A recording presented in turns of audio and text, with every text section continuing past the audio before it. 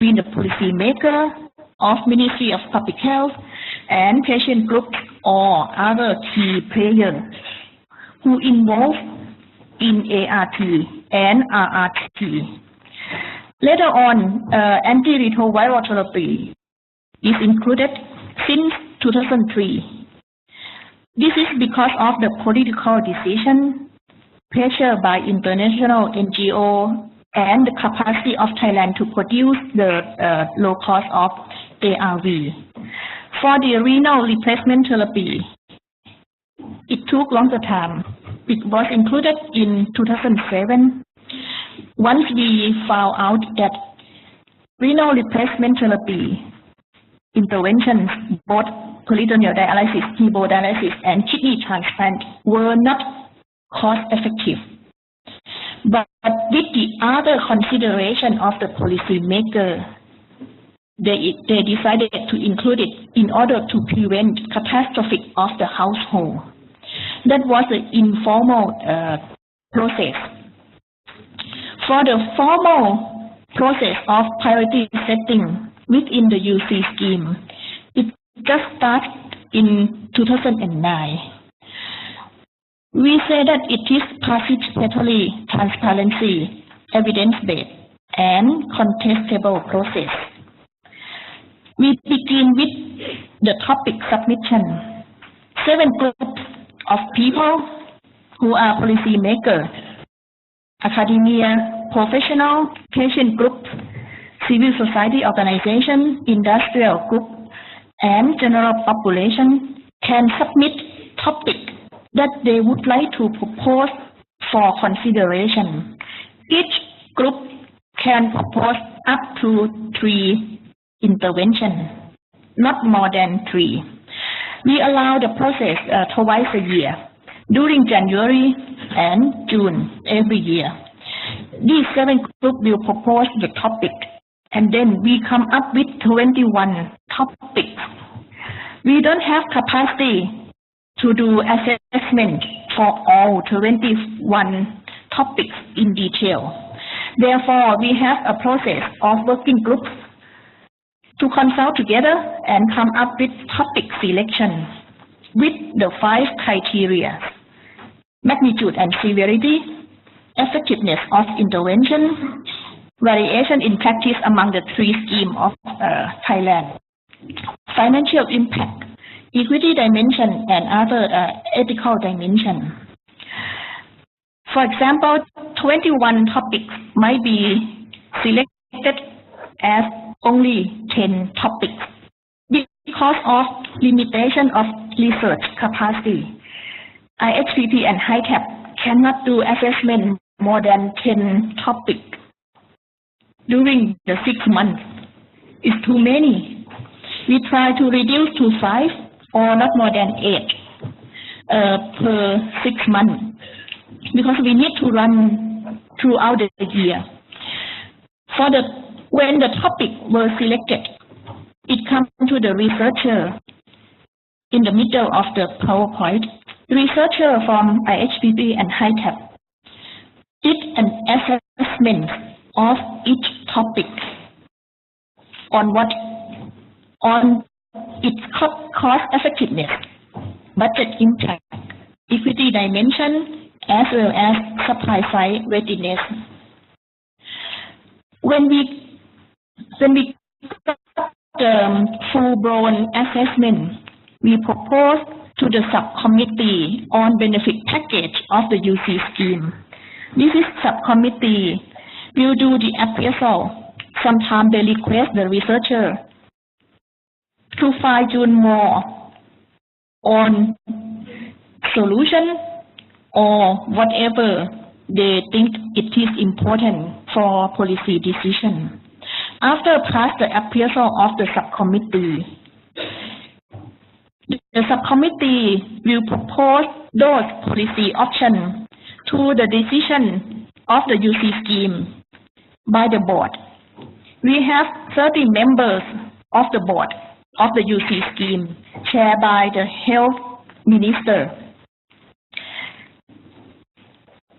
Among 30 members of the board, we had 5 seats from NGO to sit in the board. I will show you in more detail in here. The board will make decision whether or not that intervention will be included in the UC scheme or not. Stakeholders can appeal if they need it. This is an example. For example, in the yellow line, medicine for chronic hepatitis B and severe lupus nephritis. Very easy. They are cost effectiveness, low impact on budget, and then the decision is yes, included in the UC scheme. Come to the purple line, the purple color, impact dangers. Yes, it is very cost effective, very low budget impact, but the board decided not to include it into the UC scheme because of the problem in delivery as well as equity concern. Most of the dentists who can do it are concentrated in the urban setting, and at this moment the simple dangers cannot be delivered to elderly patients, and then the board decided not to include it even though it is cost effectiveness.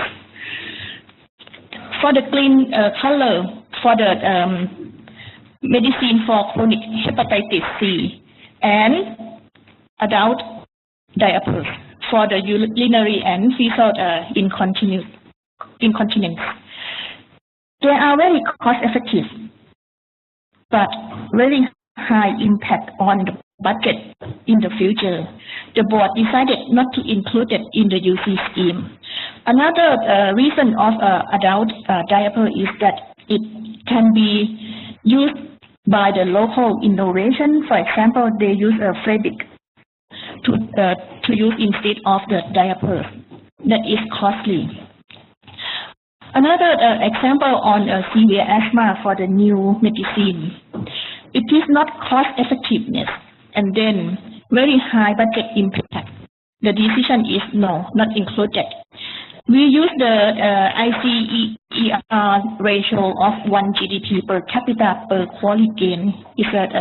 That is in detail in the technical detail. This is just example on health assessment as well as other assessment evidence and put into the policy decision, which is not always based on the HTA alone. Then you can see that people participation.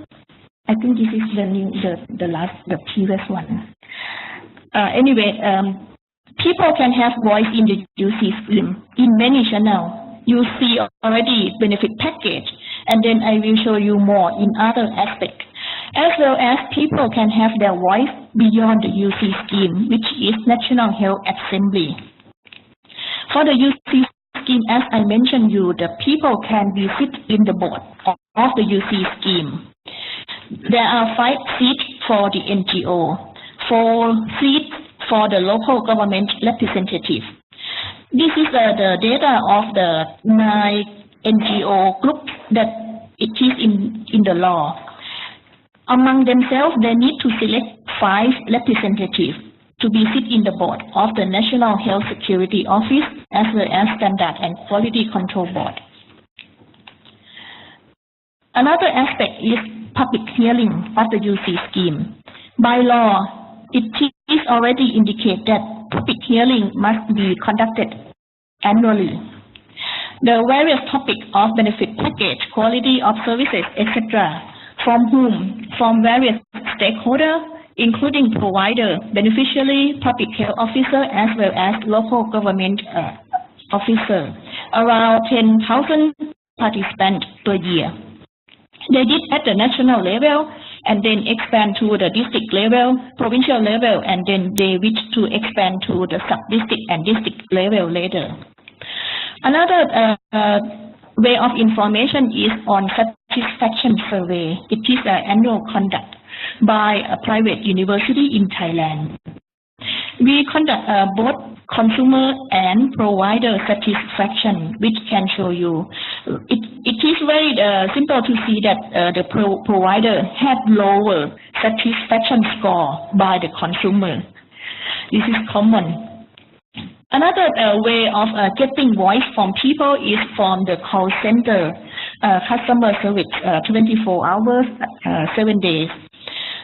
We get a call from many people, either general population or provider or any people who would like to call. You can see that the number of calls is around less than 1% of the total OP visit. The majority of the call is for information and Q&A. Only few complaints and further, and very few for the request for further decision and solution by the board. Another thing that I would like to say here is National Health Act in 2007 mandate the National Health Commission Office to conduct the annual National Health Assembly. This is another way for public participation. Normally, we had the approach of hard power from the politician to the technocrat to the Ministry of Health and go to the implementation, and people are the beneficiary of the public services. However, the National Health Assembly is another way around. It gets from the people participation to the National Health Assembly, and then it can go up to the cabinet as a resolution. We conduct every year around December, the end of the year. Various organizations involved in the National Health Assembly. This is examples of 72 resolutions of 9 National Health Assemblies. It involves in both health system, universal health coverage, or other social determinants of health. Then you can see that people can participate in UC scheme and beyond the UC scheme. One example from the civil servant scheme, from the people participation, which come out not a good outcome. We know already that civil servant scheme has a very high cost escalation due to the fee-for service. We found out that they use the non-essential drug for treatment of osteoarthritis. These medicines are ineffective. Glucosamine, one among the 4 medicines, took around 45% of the total expense. Then we proposed that glucosamine in the negative list. However, there are many opponents on the case. Many interested groups, for example, surgeon, orthopedic, pensioner who get the benefit, make loud voice against the negative list to the mass media and put the pressure to the government. Finally, what happened? Only half year or less than half a year, glucosamine came back and could be reimbursed from the civil servant scheme anyway. This decision was a result of the political pressure. This is my last slide. Stakeholders who are part of problems are also part of solution. It needs to bring them together on board. In a deliberative process based on evidence, but not always that we can be successful. You can see some success and non-success process in Thailand. Increased capacity of the civil society is also important. Active citizen is a key factor. Another lesson from Thailand is that the national capacity is very important, is very critical to build up the evidence, as well as platform to link those evidence into the policy process. Will be very good platform for matching or linking the evidence into the policy process. Otherwise, evidence will be on the shelf. Thank you very much.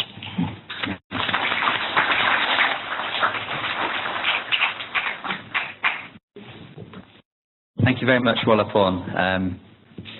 I think one never tires to hear of the Thai case, so extremely well developed in terms of the processes and so on by any standards. So we have Chris Hatim, I think, on the line, but again, I'm just going to open up if there's any questions or clarifications. I'm sure we could talk for hours about the Thai case, but if I see any hands, I'm happy to take them now. Yeah, okay. Well, go ahead, Joe. We have. Okay. Thanks, Joe Cutson from the WHO Health Financing team. Just one of the slides that you showed is something that I think is an important one too. Well, many are important, but one that I try to rely on in other settings as well had to do with the composition of the board of the National Health Security Office, and it's an important reminder to keep in mind the objectives of what we're trying to achieve with these things, right? Because the idea is to reflect the beneficiaries and to reflect the various stakeholders. And it's a real departure from the traditional way that governance has been established under, let's say, traditional social health insurance, which is this term of tripartite governance of government, labor, and employers.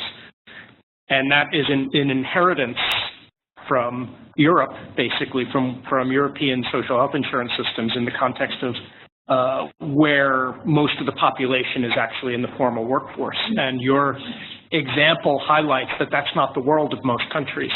And it doesn't make sense to have a governance arrangement that leaves out 80 to 90% of the population in that sense. And to have this broader governance is really more important. And so it's just another I guess, reminder that if we're thinking about universal coverage as a system-wide context and not just a scheme for workers, then it's really important that the governance arrangements reflect that, as in Thailand. So thank you for that.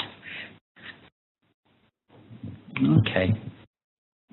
I don't see any more hands, so I think we'll keep going, and we're sort of moving into the third part of the session, third and last part of the session, where all these parts are clearly, closely connected, but a little bit more of a focus on the politics of getting benefits into policy. And I think we have Chris Hatim on the line. Chris, can you hear us? Yes, I can hear you. Can you hear me? That's great. That actually works. Wonderful. Chris, I'm going to move the slides for you. Just putting the slides up on the screen, so if you give us 1 minute. So I think probably most people in the room know Dr. Chris Hatim. Chris is a health system specialist, focusing particularly on health financing. He's currently Senior Program Director at R4D, Results for Development, advising on USAID's global flagship maternal and child survival program. He's based in Ghana currently, where he's dialing in from. And Chris is also I could go on for a long time, but he's also Executive Director of AFHEA. I think most of you know that. So your presentation is just coming up now, Chris. Yes. Hello. Okay. So we have the slides up now. So please go ahead and just tell me when you want the slides moving forward. Okay. Thank you, and good morning to everybody. Sorry that I can't be there with you in person, but I'm told that although I'm 2 hours behind in Geneva, I've actually leapfrogged all of you in terms of technology. At the forefront of the WHO's new attempt to examine how to hold international workshops from remote locations. So I'm a guinea pig in that respect. Thanks, all of you.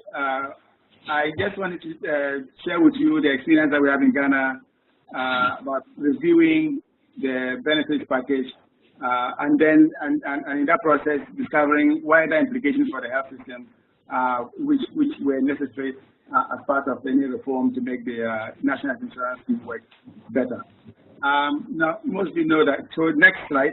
Most of you know that the outline. The Ghanaian insurance scheme. I think I'll talk basically about 3 main things.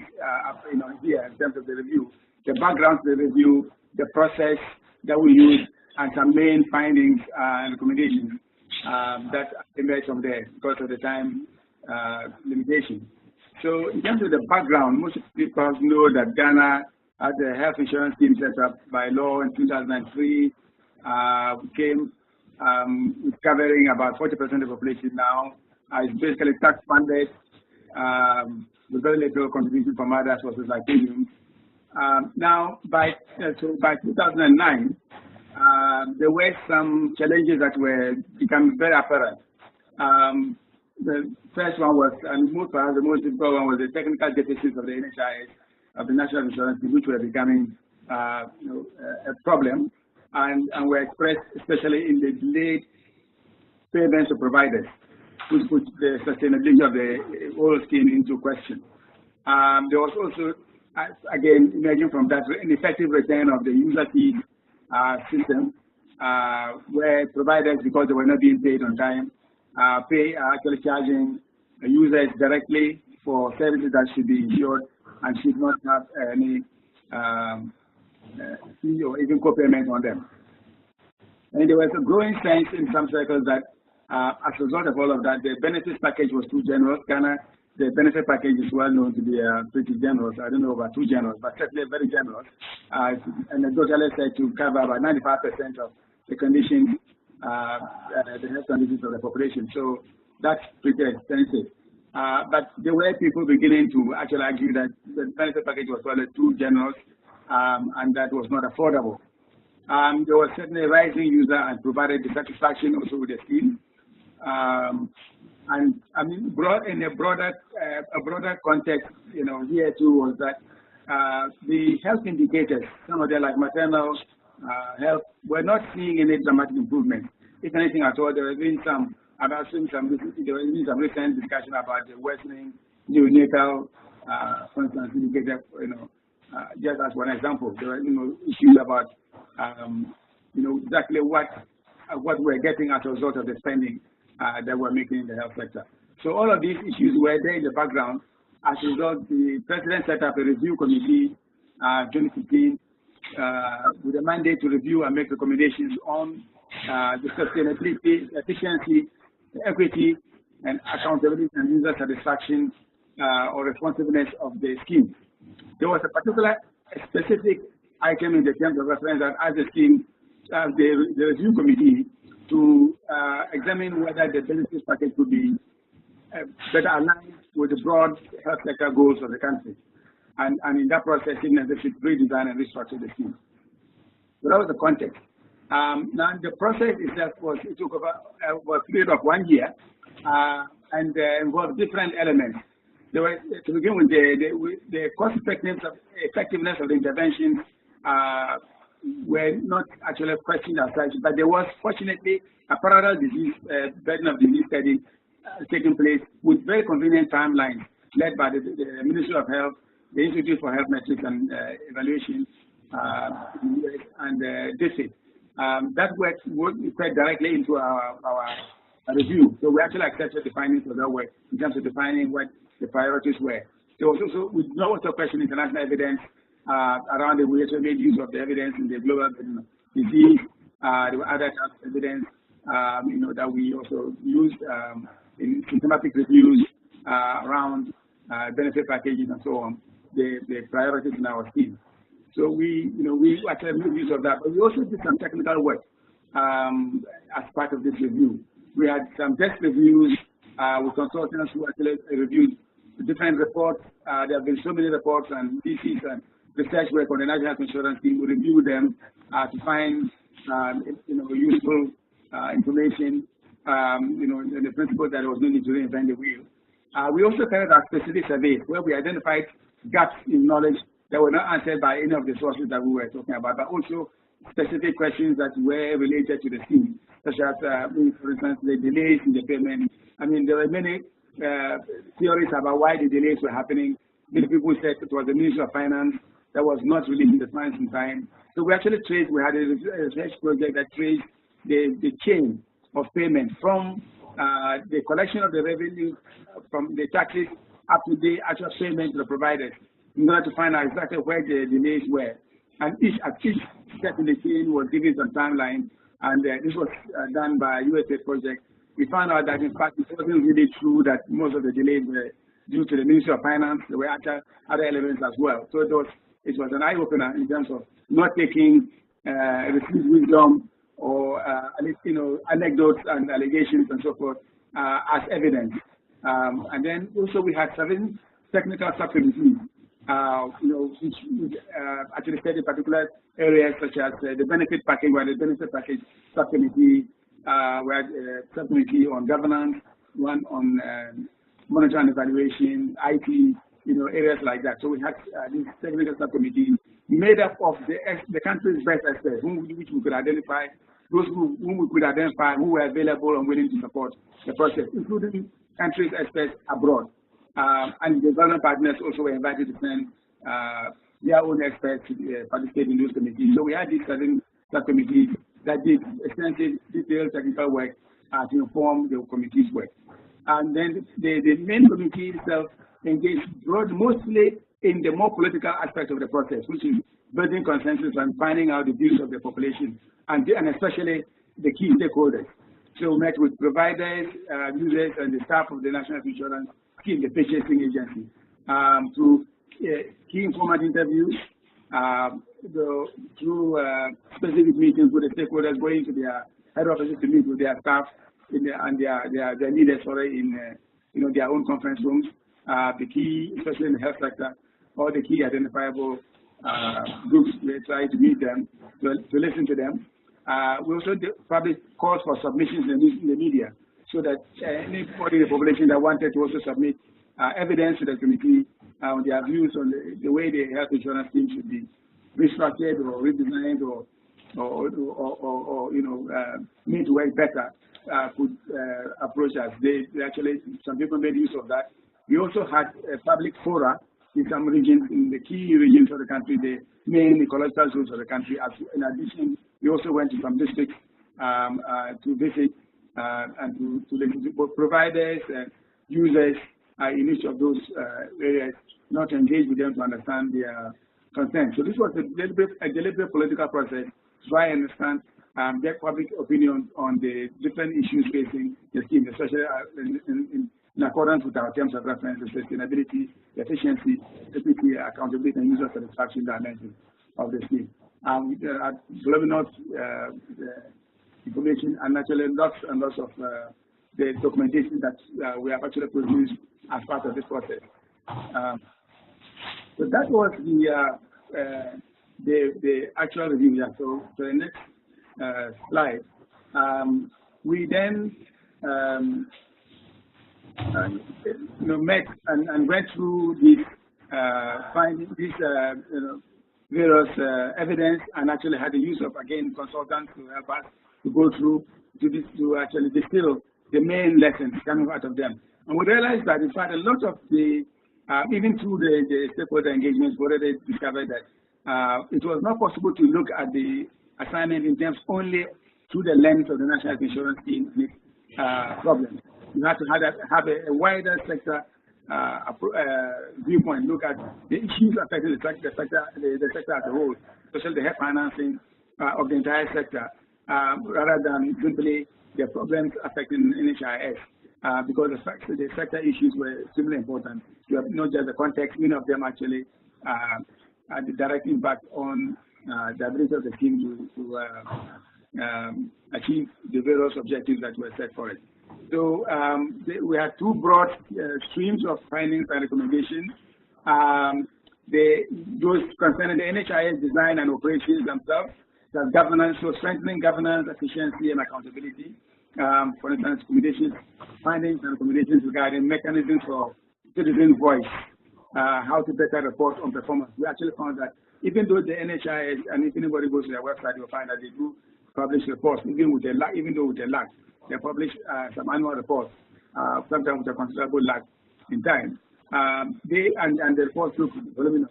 They don't provide very much information, actually, for somebody to understand its operations and its performance, its efficiency, and so on.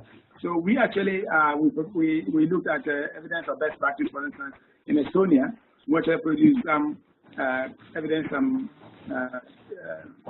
examples of the kinds of reports that are produced by good performance schemes or schemes that try to show accountability and transparency in their operations in order to show what could be done to improve the performance of the NHIS.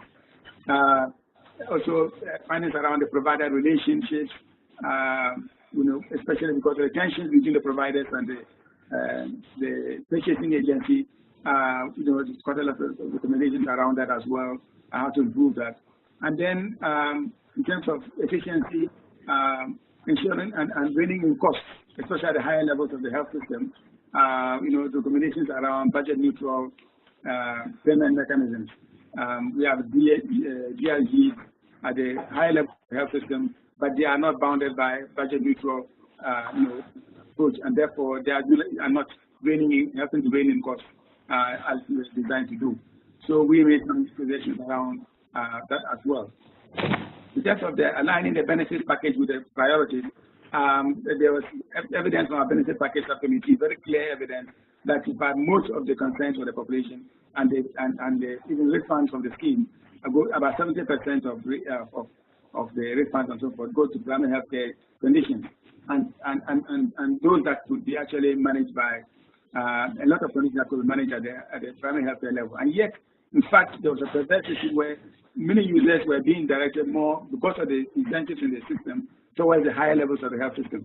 So people were going to tertiary hospitals for primary healthcare conditions, and there was very little, control. No gatekeepers taking off any note. So actually, we, propose reinforcing the primary healthcare system and focusing the scheme mostly on primary healthcare, but this time not just for 40% of the population, but for 100% of the country. And given the fact that the scheme is essentially tax funded, it didn't seem fair that there was these funds were or taxes were being used to fund when they have to. So so made that those kinds of recommendations as well. And then looked at the wider health system issues and implications of the recommendations and the findings that we have. So, for instance, the question arose: what then is primary healthcare? Because it has never been truly defined in our context. What is primary healthcare? These are the primary care and the package that should be offered. There's quite a healthy debate about that, and we participated in that. The process actually has a process that was ongoing in the ministry itself to define primary healthcare. We actually, our benefit package subcommittee participated in that. That to come to some conclusion that the ministry's role was to define what primary health care was for the country, but that the National Health Insurance Scheme would have to take its benefit package from there, not necessarily the same benefit package, as extensive as what the ministry defines, because the NHIS has to take account of budget constraints. And so we would, we would therefore insist that, they look at, they have an assurance say that they have to determine what elements of priorities in the PHC package can be afforded now, so that the PHC for all begins with an affordable package, but which can be extended in the course of time, given resources and further development and so forth in the context and so on. All of that, and then the coordination of service delivery, regulations, and purchasing mechanisms, as well. Because there were some inconsistencies in some regulations. There were regulations that were hampering the operation of the health insurance scheme, and also, we were doing all of this in the context of donor transition, where some donors such as Global Fund and Gavi were transitioning out, and therefore putting further pressure in terms of the financing of the health system as a whole. And some of those pressures, in fact, actually, most of them are being borne by the National Insurance Scheme. So we thought that there was need for coordination there, rather than have that happen by default, but to have an actual transparent discussion about how those increasing responsibilities to be shared and what resources were going to be available to take them on going forward. So those kinds of recommendations, therefore, we made, and it became very clear that this was an effort that could not succeed without the involvement of all the actors in the system and with different rules and so forth. So that's really great. Because of in the time available, what we were able to accomplish. That's great. Thanks a lot, Chris. And the technology works well, so I think we're happy that went pretty smoothly.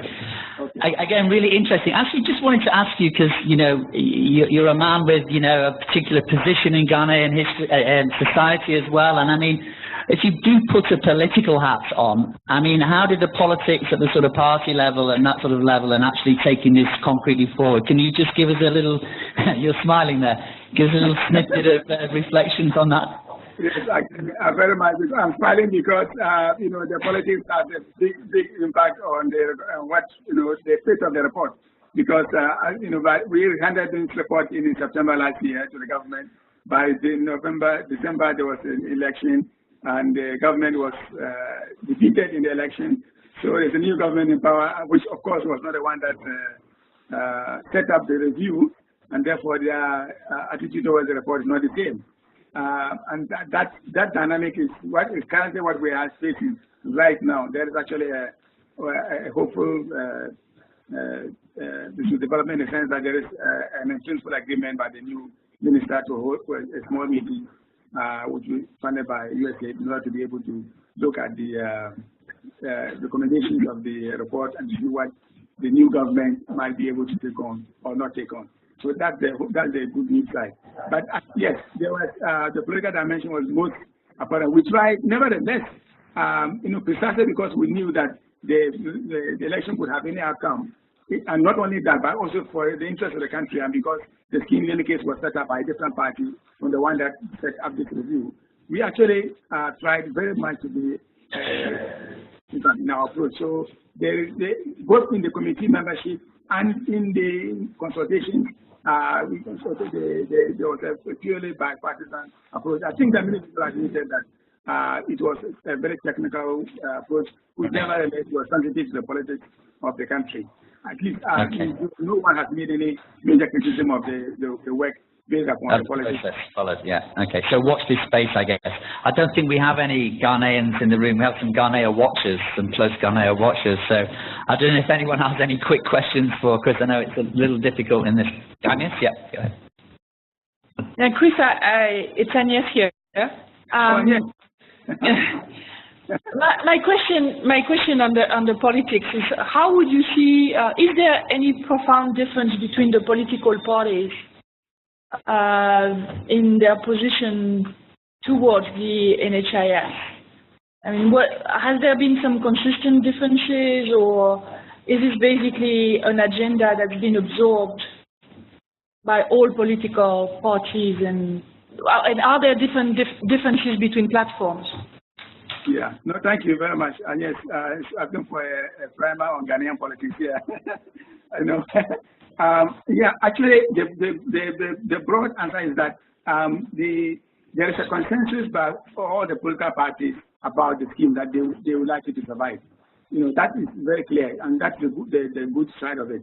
However, we're finding that, in fact, the consensus there is within intra-party or intra-party differences are even more important.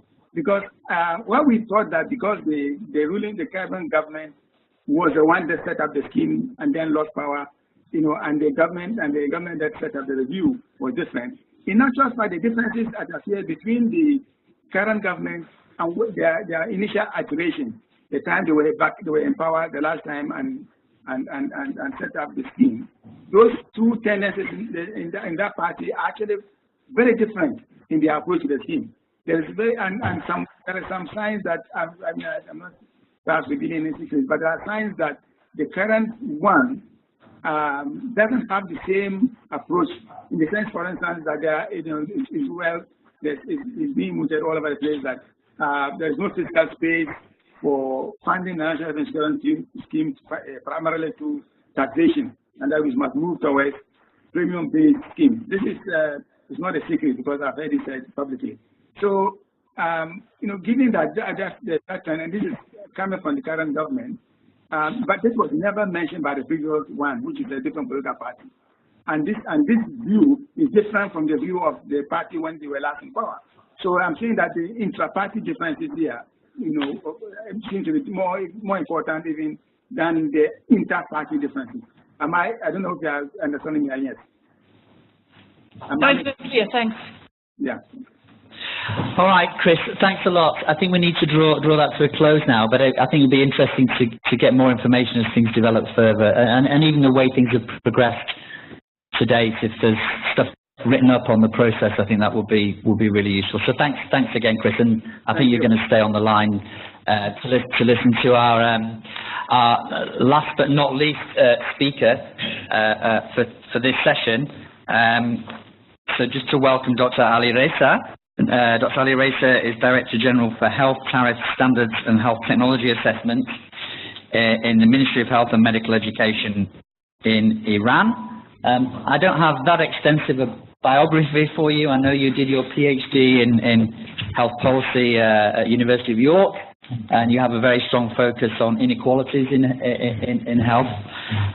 But I think you, as we're getting your slides up, you're going to talk a little bit about well, you cover HTA, so you're going to talk a little bit about the HTA process in Iran, but also the recent political push in recent years with the current president. So thank you very much. So can I have access to my slides from here?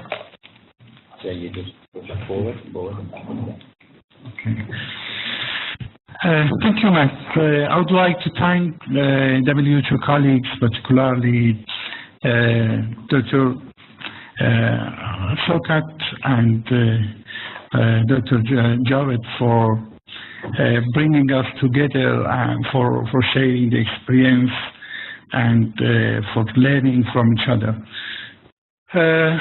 First of all, in this short presentation, I want to explain about the health transformation plan of Iran, which we conducted it in 2014. It has been started in that year, and now we are in the process that need to use tools such as strategic purchasing for moving that forward and for dealing with the challenges that we are facing with that at the moment. So the HTP plan was started 3 years ago, and the objectives of that was equity, access, and financial risk protection as the main goal. Some of the achievements that we have had during these few years are that we have been able to increase the coverage for almost 10% of the population, which didn't have coverage before that. And now almost 93% of the population are under the coverage of one of the health insurance organizations. And the big main achievement of this HTP plan was that we have been able to decrease the out-of-pocket of the patient from 53% to almost 40% in 2014. And I should explain that for near a decade, there was a problem with high out-of-pocket of the patient in the health system of Iran, and this is a great achievement for us. And also we have been able to improve the access for most of the areas of the countries, particularly in deprived areas, with helping of the government by adding the $3 billion added to the health system budget. This is the situation that now we have for the covered people. Let me explain about the main health insurance organizations which we have in Iran. The two big ones are in Iranian health insurance organizations and social security organizations, which they cover more than 85% of the population now. Before the HTP plan, it was about 75%, but now it's more than 85%, and they have been established, one of them more than 20 years ago, based on universal health insurance law in 1995, and the second one was established more than 40 years ago based on social security law. We have two two more small insurance organizations, which one of them is for armed forces, and another one is Imam Khomeini Foundation, which covers mainly the most deprived part of the population, which are the first and second quintile of the population. Some of the milestones in the insurance system of Iran, as I said, is the development of Universal Health Insurance Law in 1995, and again in 2007 we have been able to develop a unique health insurance benefit package for the first time that is used by all of the insurance organizations, and they are almost the same for all of them.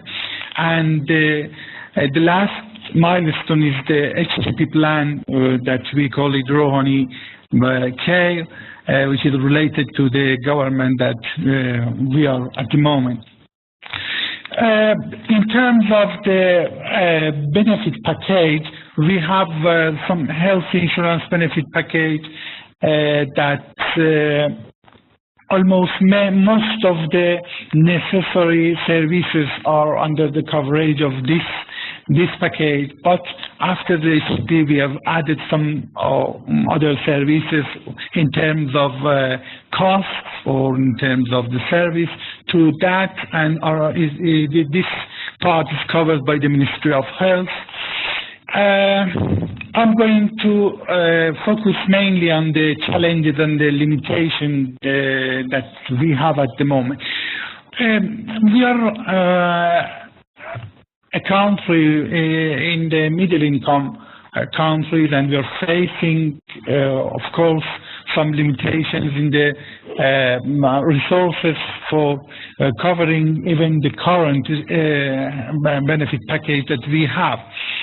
The challenge that we have, I think that there hasn't been a systematic approach to use of scientific evidence.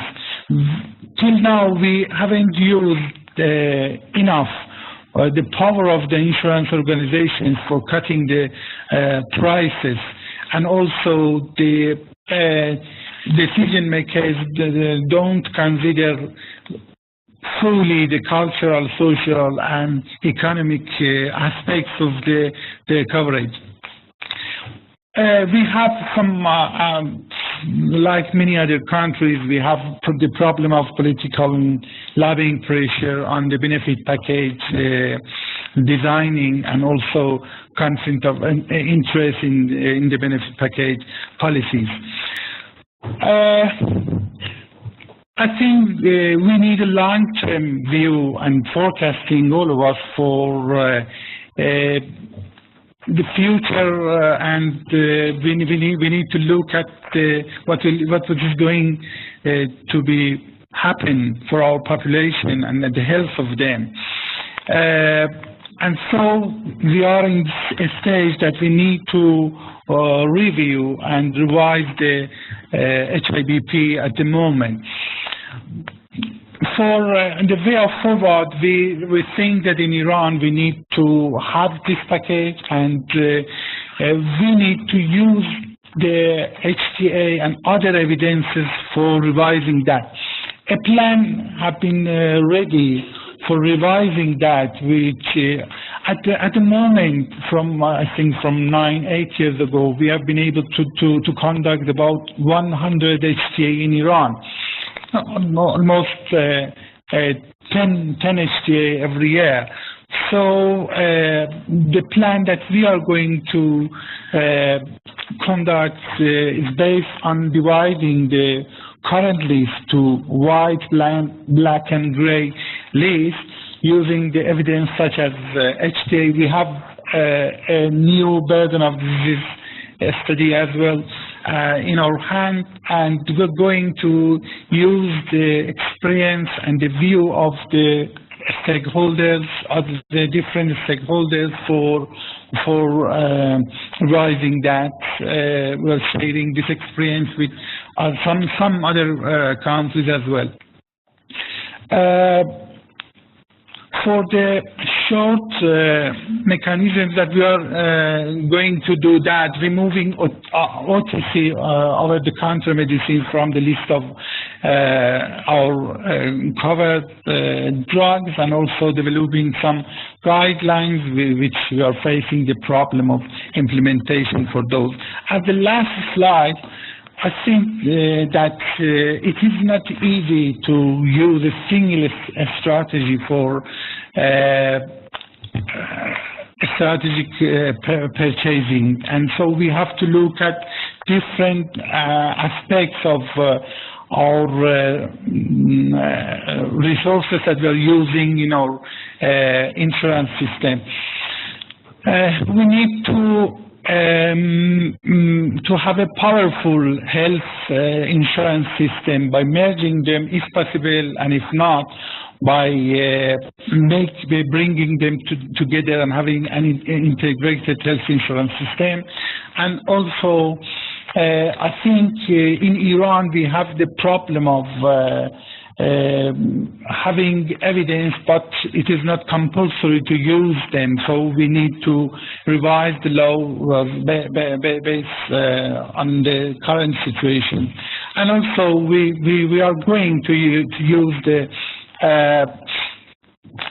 power of the health insurance organizations for bargaining with the companies of medicines and equipment.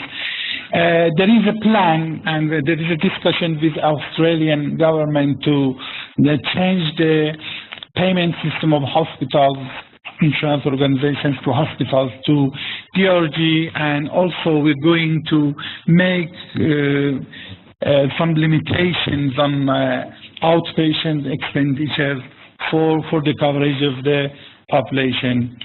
Again, thank you for your attention and for thank you. Thanks, Alireza. That's great. That's really interesting. I don't know if colleagues from the Iranian, if you'd like, no, Dr. Harichi, okay. If you want to add anything, please let me know. But Jack, would you like to please come in? Thanks. Jack Langenbrunner, Gates Foundation. First of all, congratulations for the progress that you've made in Iran. Not having been able to work there for 7 or 8 years, I'm very impressed with all of the things that you've either addressed in terms of insurance mergers or benefit packages, and also your strategic thinking for the way ahead. So it's very impressive. One thing I didn't hear much about here was the issue of primary care. So you're known globally for your rural primary care system. It's one of the best in the world. We've sent delegations from many different countries to Iran to look at the rural primary care system, and I'm wondering what you're doing maybe in the urban areas that tie in with some of these reforms that you're thinking about.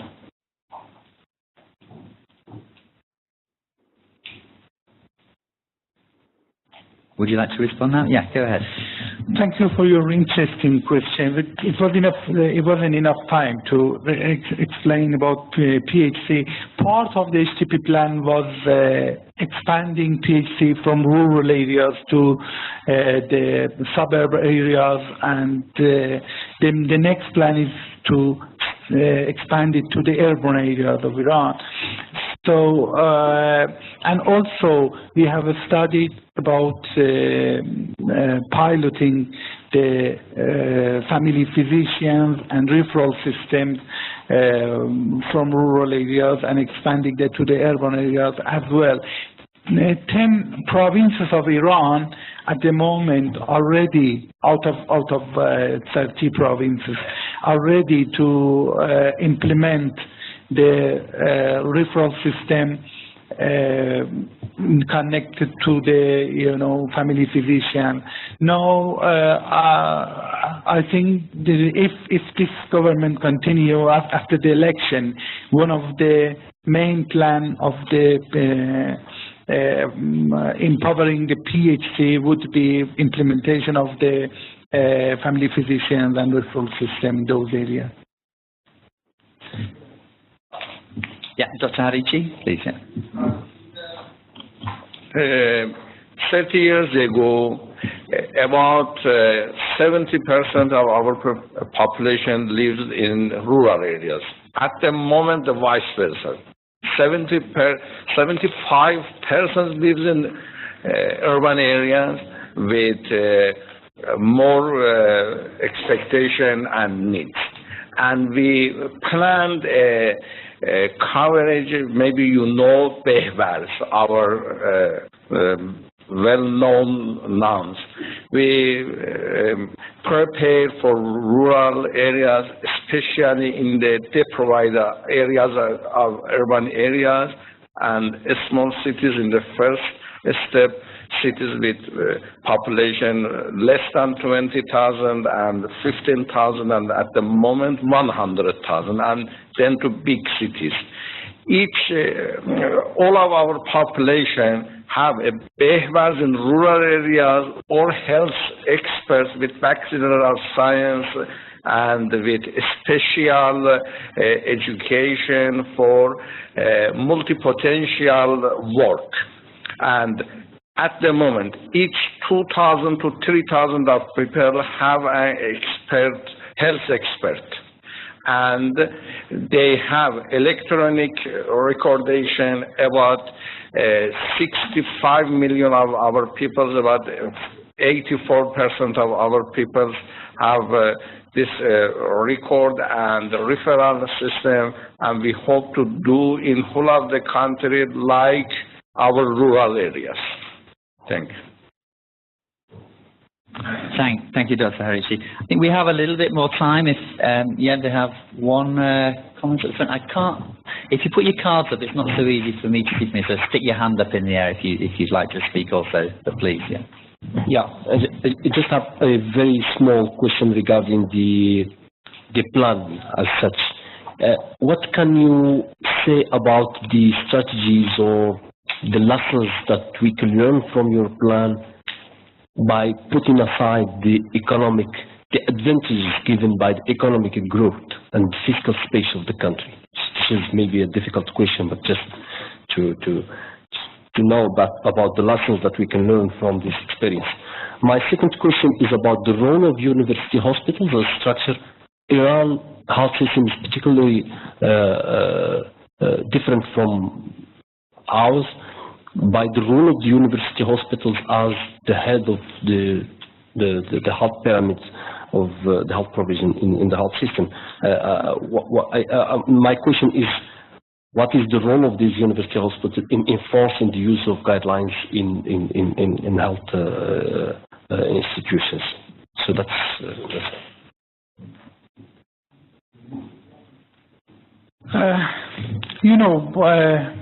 thank you for your question. In Iran, we have about more than 900 hospitals, which more than 60% of them are university hospitals, and more than 80% of the inpatient services are provided by them, and the remaining 20% are provided by private sector and others. So in terms of guidelines that you mentioned, you mean the clinical practice guideline? Yes. We recently, it is a decade that we are developing guidelines, but there hasn't been enough opportunity or good opportunities to implement them, because implementation is very difficult, particularly when you don't have enough infrastructure for that, including the softwares and also the resistance by the practitioners and clinicians. So recently, during the HGP plan, His Excellency, our Minister of Health, announced about 100 clinical practice guidelines that have been adopted during the few years few recent years. So at the moment we are in the implementation plan. For the first questions that you mentioned, which kind of considerations that we have in terms of maybe economic crisis that we are facing for that and this fiscal space. I think that we have passed some kind of crisis in our economy, and we think that during the next few years we won't have some, big crisis in our economy.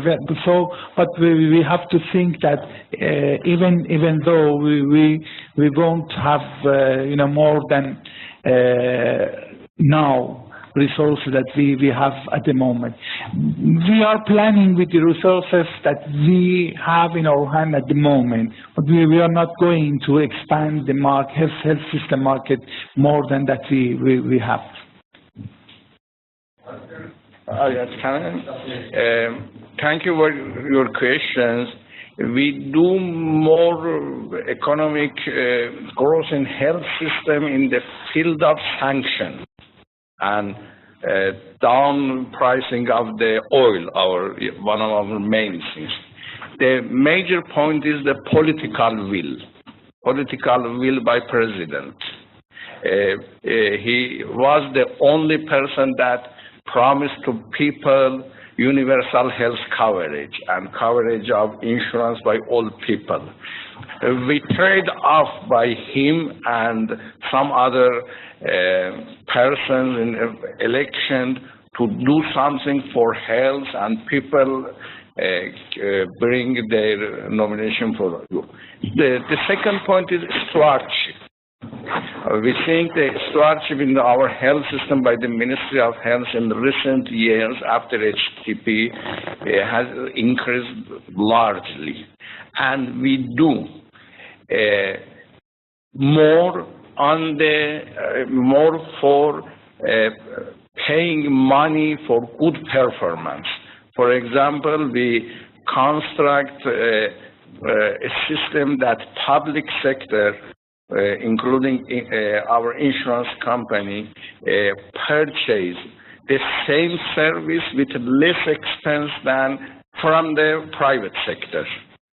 And one of the most important things that in our country that we do with stewardship and with the governance, we declining significantly, about 98% of under table.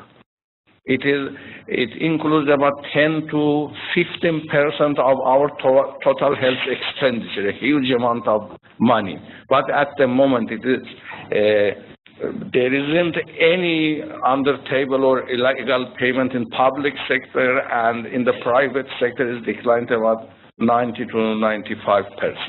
Thank you. Great. Well, are there any more questions on any of the presentations this morning? It's been a long morning. So if not, then we'll bring it to a close. Just a few quick comments. I think there's clearly a lot to learn, I think, from certain countries about getting a sound participatory process in place, even a sound technical process with the necessary information for that to happen. But even once we have all those, and even once translated into policy, actually turning those into effective coverage on the ground for real change in health system performance is, of course, another matter, and that's the main focus of the remainder of this meeting. The way benefits are defined, I think, or articulated, can be important for health systems to make progress on objectives, particularly transparency, to translate legal entitlements into language that beneficiaries understand and can be enforced, and which purchasers can actually operationalize. And just one other quick reflection that we often talk about is the difference between being explicit and being detailed. That there are times, particularly at the primary level, we often come to this point that one can be overly detailed, and that can actually have confusing can be confusing and can have negative implications for access. So I think we'll stop there, and obviously the connection between benefits and purchasing in particular is the main focus. There are many other elements, service delivery capacity. I mean, Wallapon, you brought that up as a particular. It's not the main focus of this meeting. So unless there's any further comments, I think we'll draw to a close there. Joe, did you want to say something? No? Okay. So, yeah. I'm just looking to see if there's any final comments. I don't see any hands, so. Okay, yeah, Inka, thanks.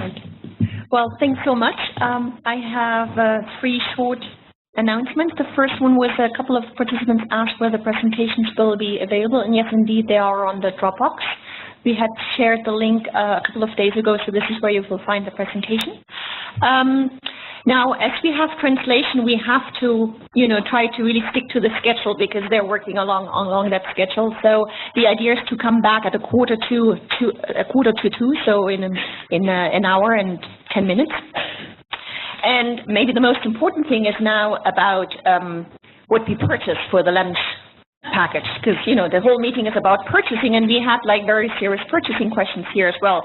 So what should be in there? What kind of quality? What is it that we want to give you? So it's all about values, preferences. We had long discussions: warm meal against not a warm meal. What's feasible? And in fact, the feasibility question is the service delivery of that lunch is the big challenge. We have upstairs the WHO cafeteria. However, there's a long queue, and we were trying actually to get a fast track, a preferential treatment for you. But still, even with that, there would have been a long queue with all, with the number that we have here. So in fact, because of that, we have now sandwiches outside there, just in front of the room, and I hope that's also meeting to some extent your preferences and priorities. It's not a warm meal in that sense, but I hope you enjoy, and then in 1:45. Thanks very much. And I'll just announce that once again, thanks to the speakers, many thanks to the speakers for their contributions, and for the WebEx participants, I think at 1:45 we'll be back with the next session. Thank you.